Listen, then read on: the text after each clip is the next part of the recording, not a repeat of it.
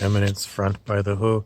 So today we're going to talk about narcissism for about the millionth time.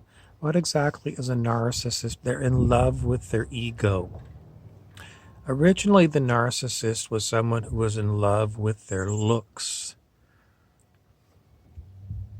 But in modern day parlance, a narcissist is in love with their ego. And what is their ego all about? Primarily, their ego is a justification for being. A justification for being? No, a justification for being. Just for example, someone who justifies being unkind to others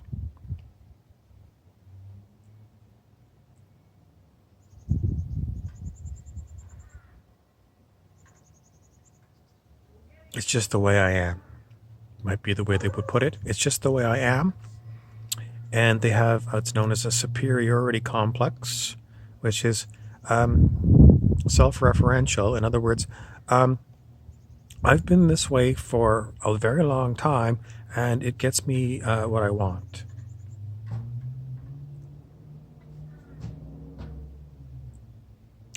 And what else do you really want about narcissists?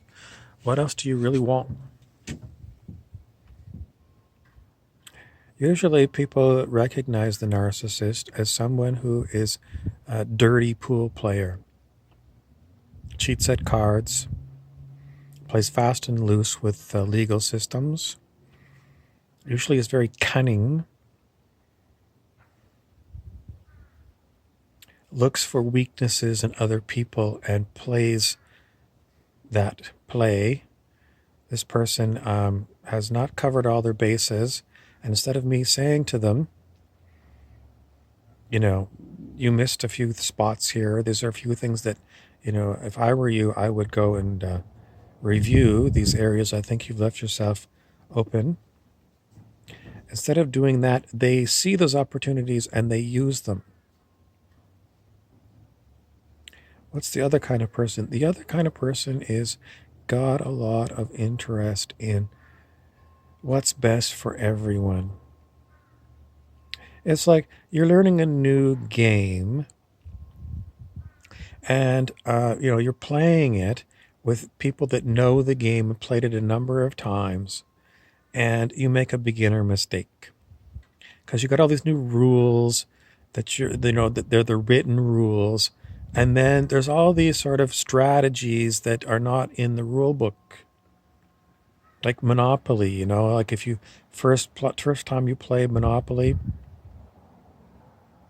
you can read the rules, or you can just, the rules got lost, so other people are going to tell you what the rules are, and they're going to tell you all the rules that were on the printed sheet, and pretty much everyone's got their own independent version of rules of Monopoly. So even when you sort of get those rules, or sometimes the rules will be told to you after you've already started playing, oh, by the way, this is a rule I forgot to tell you. But you don't learn the strategies and the tactics of Monopoly the first time you go around. So you really don't know how to play the game. It comes with experience. But if you're someone who knows there's a new person at the game, you're going to be very magnanimous. You're going to volunteer information to the new player to help them play better. You're going to volunteer. If I were you on this particular, you landed on this particular square, this is what I would do given, how much money you have on hand. And, you don't have to take my advice, but I played a long time, and you're going to have to try me out. I mean, if I'm giving you bad advice, pretty soon you're going to figure it out that I gave you bad advice and I'm winning because I gave you bad advice. But, give me a chance. I don't want to always win the game because I know the game inside and out. It's boring for me. I'd rather have someone play smart game against me, so I'm going to enjoy the game. But the narcissist is not looking at that at all. They are looking to take advantage of people who don't have experience, people who are naive.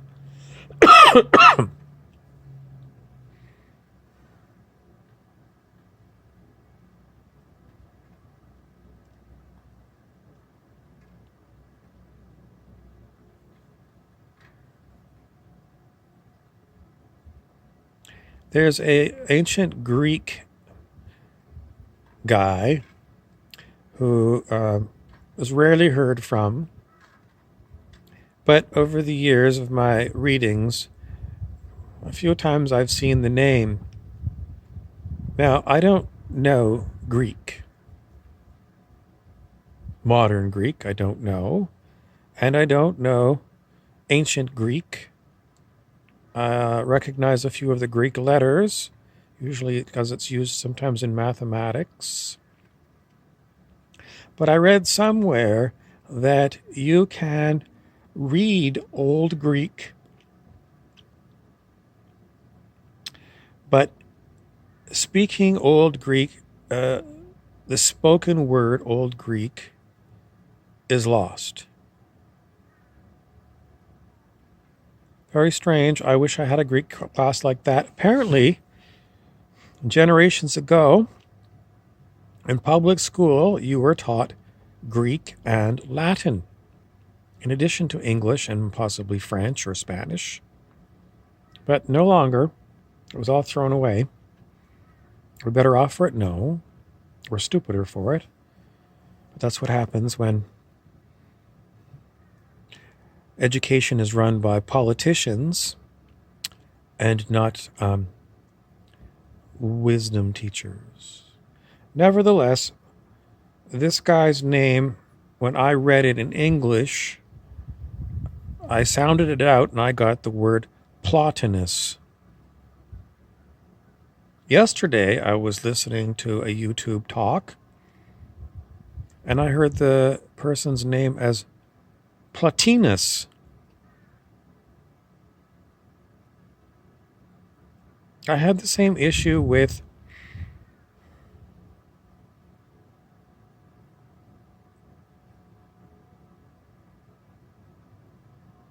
another word from a foreign language, and I was speaking it one way. Oh, it was Ramana Maharshi,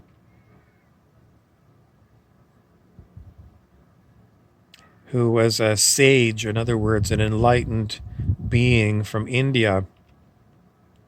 And I've never heard the man's name spoken in English, so I sounded it out, and that's what I got, Ramana Maharshi. And I think I heard a video one time where his last name was said Maharshi. But one of my viewers said, "No, you're saying it incorrectly," and I still don't know how to say it right, but it might have been something like Maharishi. It's more. It's got the word rishi in it. Again, it's not an English word; it's a Sanskrit word, which is some old language from India. And then I found out that Ramana Maharshi, or whatever the last name is, it wasn't a last name. It was actually a title. And at one time I looked up what the title meant, and it was like Buddha. Buddha's real name was Prince Siddhartha, and he was given an honorific, a title, Buddha, which means the awakened one. So that was the same thing that happened with Ramana. He was given a title, and I thought it was his last name.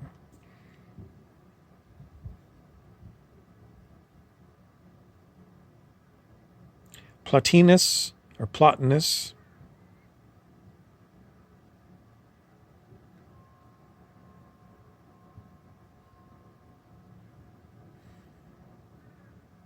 Caribbean or Caribbean.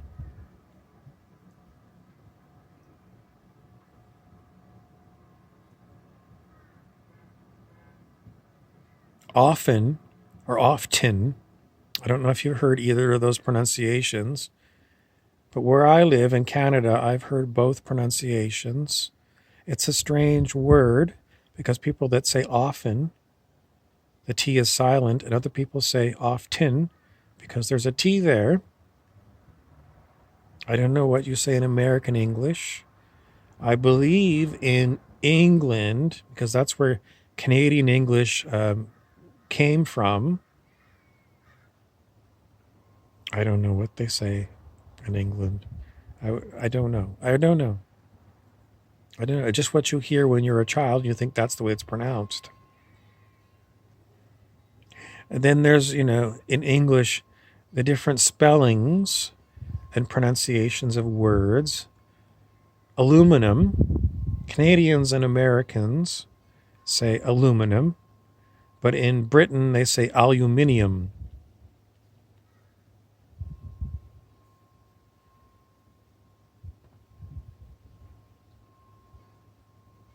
Spellings. Canadian spellings are based upon the British spelling because of I don't know. I mean, America came from Britain, and then they declared independence, and then they chucked a lot of Britishisms. They chucked in other words, they threw it away, the British imperial measurement system. So in British imperial measurement, you had an imperial gallon, and sometime the Americans got rid of that and got a U.S. gallon.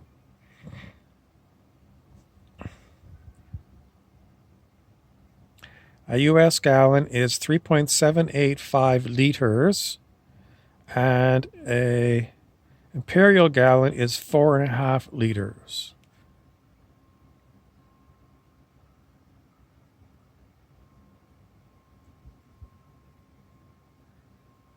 And then there's all the strange things that happened. Well, in Canada, things were very strange because we had imperial gallons. And then if we drove across the border, we went to U.S. gallons. So the price would be different, and the amount you would get would be different. It was very confusing. And then when I was young, about 9 or 10 years old, Canada switched to the metric system, which came from France.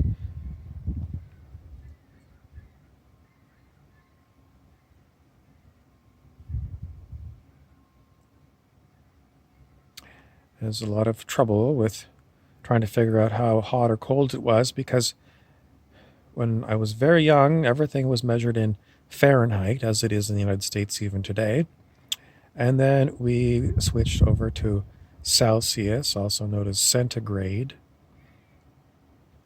And then it got very difficult to know because, you turn on the news and get the weather report, and all of a sudden it switched from the day previous, tomorrow's forecast is a high of 82 degrees. And then once the metric system we were going to have some time to learn it, and then it was going to be always used. And the day when it was always used, instead of saying it's going to be 82 tomorrow, they said it's going to be 28 Celsius. They might have said Celsius in the beginning, and then they just would say 28. Now that's a really easy conversion, because 82 degrees Fahrenheit is 28 degrees Celsius or centigrade. Easy, easy, easy. But the 0 on the scale Celsius is totally different than 0 Fahrenheit. So if someone said it's going to be 20 below Fahrenheit or 20 below Celsius, it's not the same. Except when you get to minus 40, because that's where they meet again. What's the point of all this? It's very difficult for human beings. But here you have it. This is an old-fashioned thermometer. If it's red, it's got alcohol in it. And in the olden days, they used mercury, which was silver. So if you look at down here, at the bottom, you've got minus 40 is minus 40. And if you look up at the top, you look at 80 and it's 28. And you see that the zeros are at different spots, and 20 below Celsius is not as cold as 20 below Fahrenheit.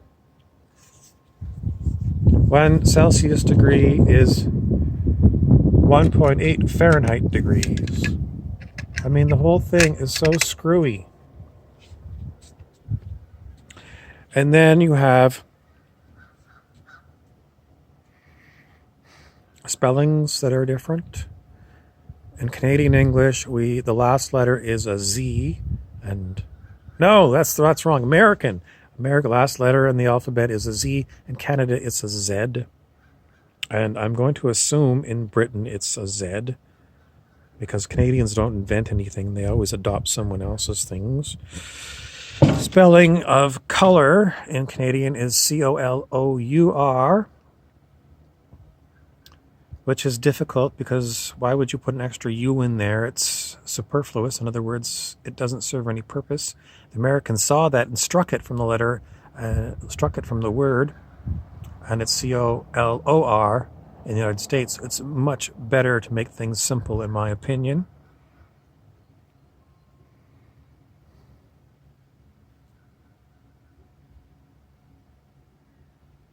I don't know how the British ever came to saying aluminium for aluminum.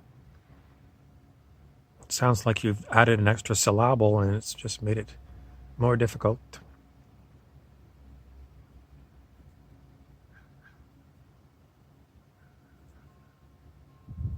Biblical history is, at one time, everyone on planet Earth spoke the same language. And then something happened and God got angry. And something to do with the Tower of, is it Babel or Babel? And after that time period, people spoke different languages and made it much more difficult. Everyone knows that if you go from one country to another, you have to check to see if they're using the same currency. Because if they're not, they might not take your currency. So you might have to go to a bank or a money exchange. Quite often that's what you do when you go to the Caribbean. For example, when I went to the Dominican Republic, they had a money change in the hotel where you could change money for Dominican money. Currency controls, they called it. And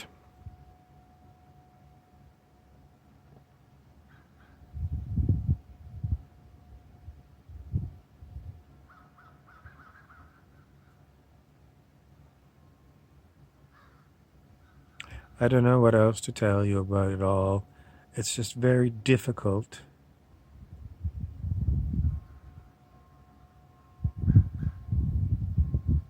You have to have a lot of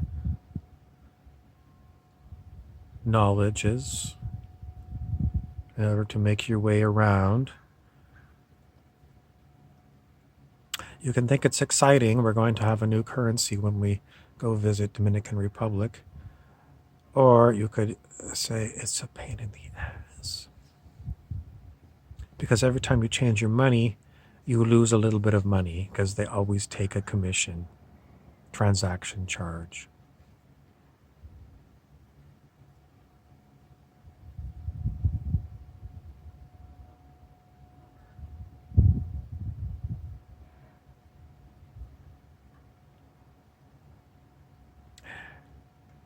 Another biblical story that is totally not relevant, but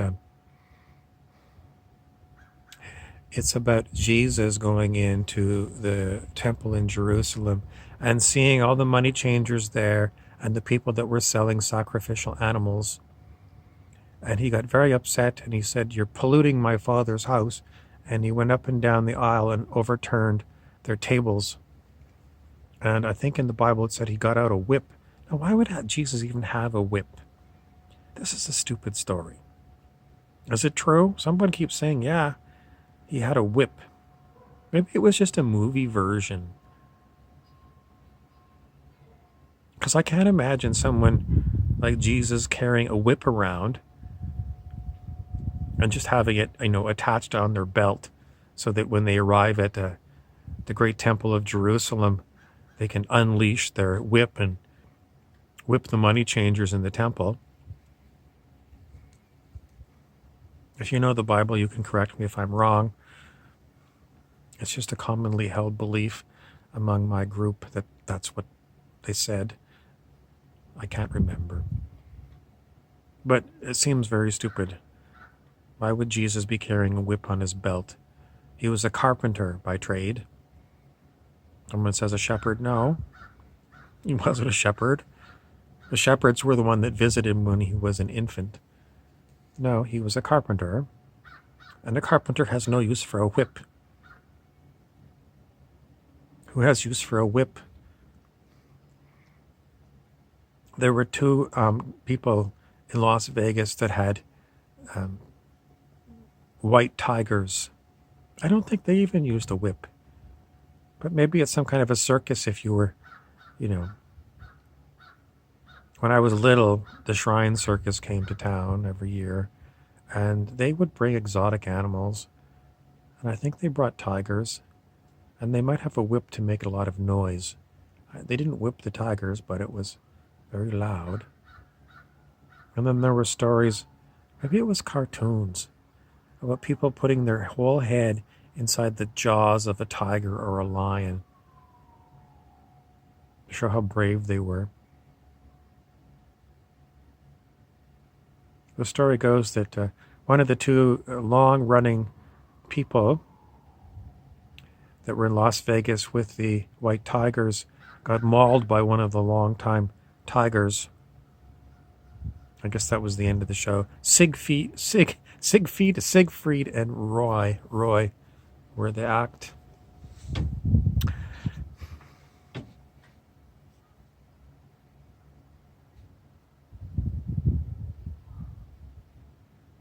I can't tell you anything other than if you are mind controlled, it is a very frustrating thing. What do I mean by mind controlled? Mostly, the idea is there are other realms besides this realm that we live in, or this world that we live in. But another realm, there was a movie 2 years ago that came out. It was perhaps Disney made The Nutcracker, where they showed there were multiple realms that people could inhabit. And the realms traveled at different periods of time. And there was like a looking glass where from one realm you could look into another realm to see what was going on. And the idea of mind control is from another realm, not this realm, although it could be done from this realm by remote control. But if there was another realm where there were beings, perhaps in Buddhism you can find something like this, a reference to it, where there is a realm of the gods and devas and a human realm. And perhaps from the perspective of someone who is incarnated as a god or a diva, they have abilities to mind control humans in this realm.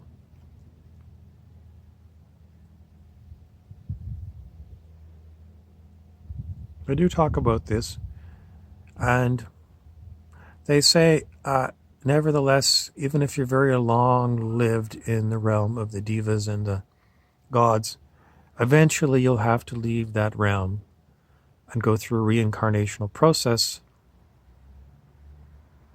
And if you're wise, you may have a choice as to which realm you're going to enter, whether it be the animal kingdom or the human kingdom or the realm of the devas. There's many other names, and the one that is mind controlling me right now is having a good laugh at my expense. The one who mind controls me is very narcissistic because it knows that I have no abilities to whip it, so it stops being a nasty demonic.